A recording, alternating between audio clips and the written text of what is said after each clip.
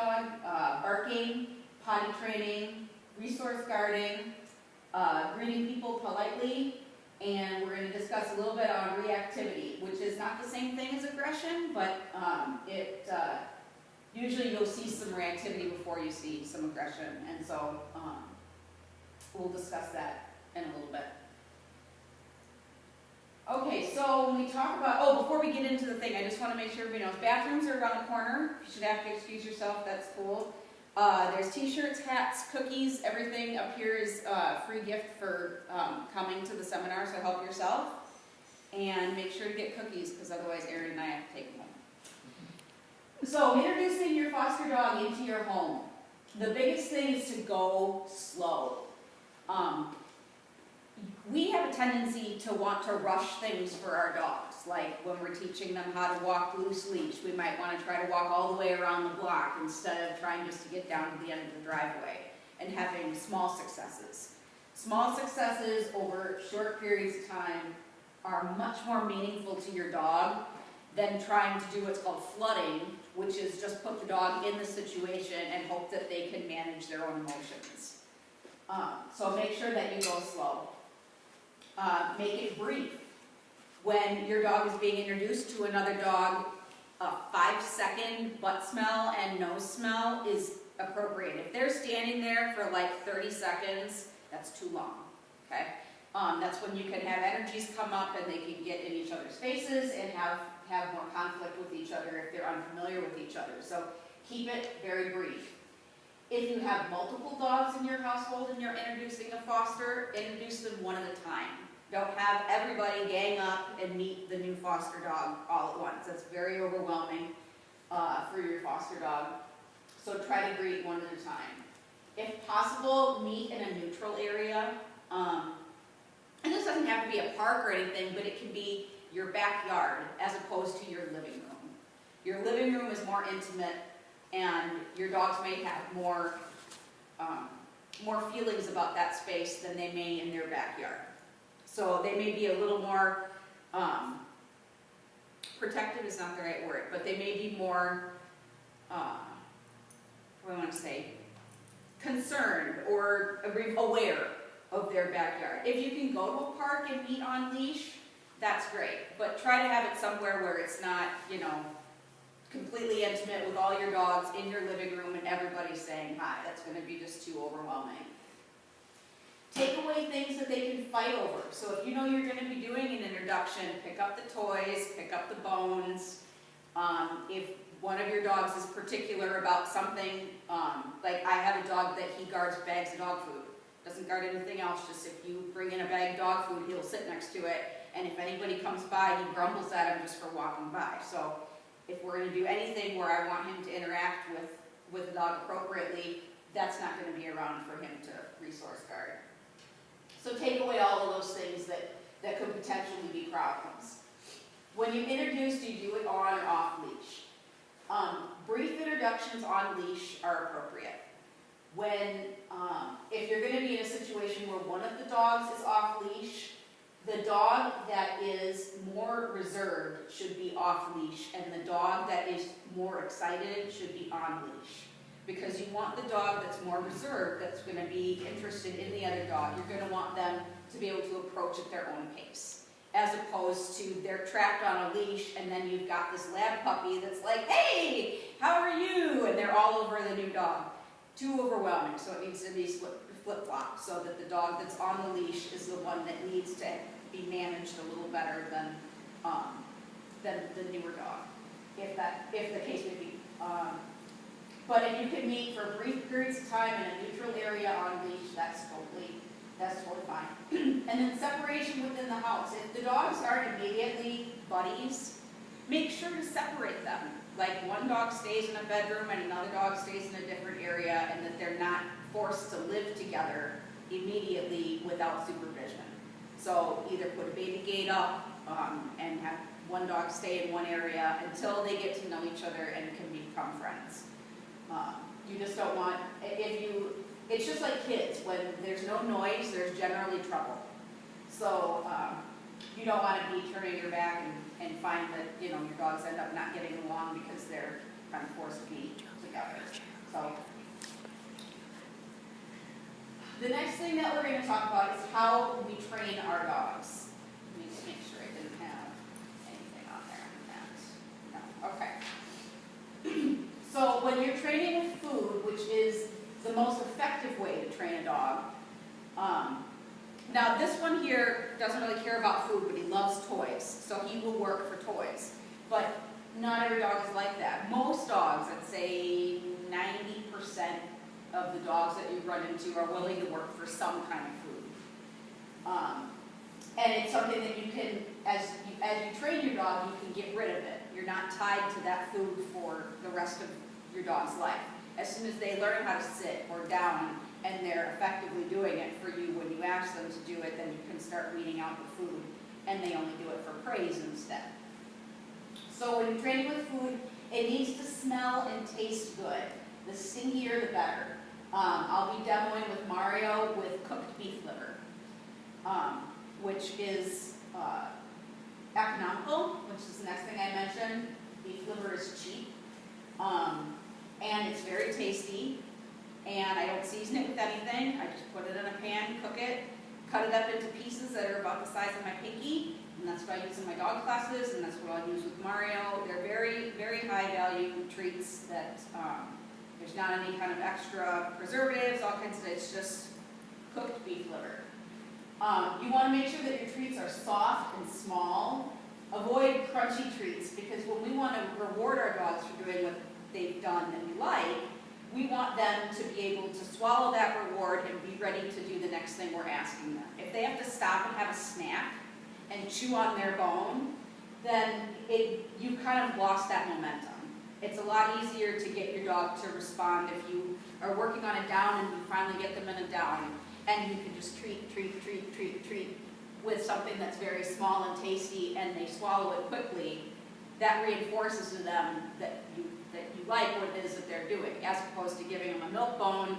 They chew on that, they sit up, they lay back down, they do whatever they want to do while they're working on the milk bone, and you've lost your opportunity to reinforce a behavior you're trying to work on. The thing too with people food type treats as opposed to manufactured treats, they're a lot more economical. I got a thing of beef liver today for my class on Tuesday, and it's like a half a liver that's been sliced. I paid $2.99 for it, and I'm probably going to get 300 treats, 400 treats out of that package of liver for $3, as opposed to, I don't know if I have one in here, I think my dog's got it. Well, this is some manufactured ones. These are some that Mario is willing to eat, although not today, we found out. And it is freeze-dried turkey liver, and it's probably, I think I paid $12 for this, and it's 4 ounces.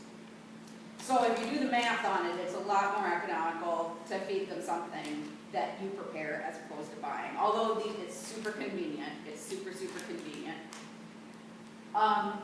Using people food. A lot of people are like, oh, I don't want to feed my dog people food because I don't want them to beg. Begging comes from the position that you're in, not what you're giving your dog. So if you sit at your kitchen table and you feed them food from your kitchen table, that's going to get you begging behavior, because when you sit at the table, that triggers your dog to know that food is coming. It's not what you're feeding them. You could feed them regular manufactured dog treats. As long as you were sitting at your table and feeding them, that's where they're going to make the association. As opposed to if you're using food like human food treats in a variety of different places, it's not going to cause begging because it's not the association that they're making. Does that make sense? I don't know if I said that like I wanted to, but I know what I meant. I hope you do. And treats, when you're figuring out how many treats you give your dog, you should consider that as part of their regular diet. So if you feed a half a cup of kibble twice a day to your 15-pound dog, if you know you're going to be training that day with your dog and you're going to be using, you know, a couple ounces of beef liver or chicken or cheese, take that into account and subtract that off of your dog's portion of food. If you don't, that's how you can end up with an obese dog. You'll have a really well-trained dog, but they'll be fat because they've eaten their portion of food plus all the treats that you've given them. So keep that in mind. Examples of excellent training rewards for your dog: chicken, cooked chicken, no seasoning, no garlic, no onion, just plain cooked chicken. Cheese, you can get about 100 dog treats out of one strip of string cheese, if cut to small enough pieces, like I mentioned. Cooked beef liver. Another popular treat are called Zooks. They're a manufactured treat. They're a little more expensive too, not quite as expensive as this stuff, but it's very popular and it's super handy, super convenient. So I like those. The next thing that we'll talk about is marker words. What a marker word is, or a marker, is when you've told your dog they've done the right thing by telling them in a way that makes sense, that you're consistent with. So, hey, what a good job you did, is way too long of a marker. You want it to be something nice and concise and quick that they can understand. There's a couple different kinds of markers. I'm going to talk about using marker words. You can also use a marker like a clicker. But I suggest if you look into clicker training, you contact myself. My business cards are up there. You can help yourself. Or you talk to another professional trainer as to how to train it right. Because it's very easy to train a clicker wrong because we don't understand how it works. And we end up doing things that teach our dogs what we don't want them to do, as opposed to what we want them to do. So it's how you mark it. But examples of good marker words are yes, good, smart, nice. Words like okay, they're fine, but you use those in common speech. So it might get a little more confusing for your dog if they hear that they're doing okay for this and okay for that, and it's different. If it's always the same type of word or phrasing, you're going to get better results. There are also negative marker words, and a lot of us use those too. When your dog is doing something you don't like, you can say, nope, try again. Other kinds of phrases that tell a dog that they've done something that you didn't like. There's no punishment involved. It's just you're not offering anything good for what they've done. You've told them they've done something you don't like, and then when they do something you like, then you can reward with food and a marker word like yes or nice. Any questions about marker words?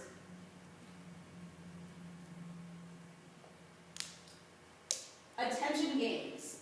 So attention games are a great way to get your dog to focus back on you and to check in with you. Their name means positive things are going to come. You shouldn't call your dog by their name and tell them to come to you if you're going to do something they don't like. So, for example, you're going to give them a bath and they don't like baths. Fido, come here. And then you pick them up and you put them in the bathtub. What if you told them, when you say my name and I come to you, bad things happen? Okay? If you're going to give your dog a bath, just go get your dog. Go over there, pick them up, put them in the tub, do what you have to do. Don't ask them to come be punished, which is what they're viewing it as.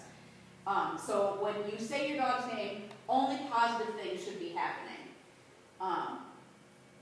And then a few of the attention games that you can play, we'll talk about Find It, Look at That, or Watch the World, Doggy Zen, and walking your dog next to you on a leash as he follows. So I'm going to demonstrate those with Mario, who's sleeping. Hey, you ready to work? Out.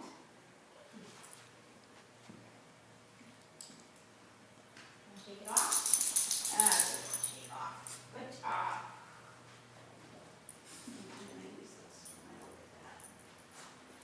So with the game Find It, you're going to toss your dog a treat. Can everybody see okay if I stand over here?